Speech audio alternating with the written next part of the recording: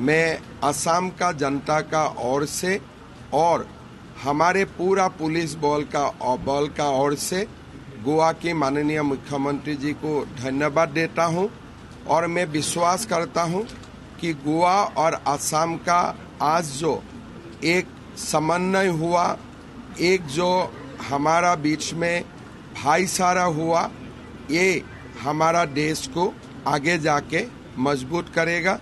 ये Lasit Borphukan police academy गृह मंत्री अमित शाह जी ने उद्घाटन किए थे। असम पुलिस का निरंतर ट्रेनिंग होते हैं, साथ में गोवा पुलिस और मणिपुर पुलिस का कैडेट्स को भी हमें ट्रेनिंग करने का मौका मिला। आगे भी भारतवर्ष का जो भी प्रदेश को हमारा सेवा का जरूरत होगा, हम लोग हमेशा तैयार रहूँगा। আজি आमार बाबे एटा गौरवर दिन।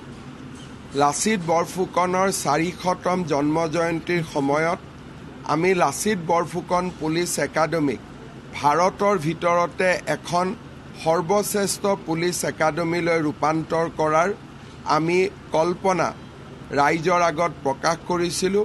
আজি मैं गौरव अनुभव करूँ जे असम पुलिसर निरंतर प्रशिक्षणर उपरिও এই লাচিত বৰফুকন পুলিচ একাডেমীত মণিপুৰ পুলিচ আৰু গোৱা পুলিচৰো আমি প্ৰশিক্ষণ কৰিব পাৰিছোঁ।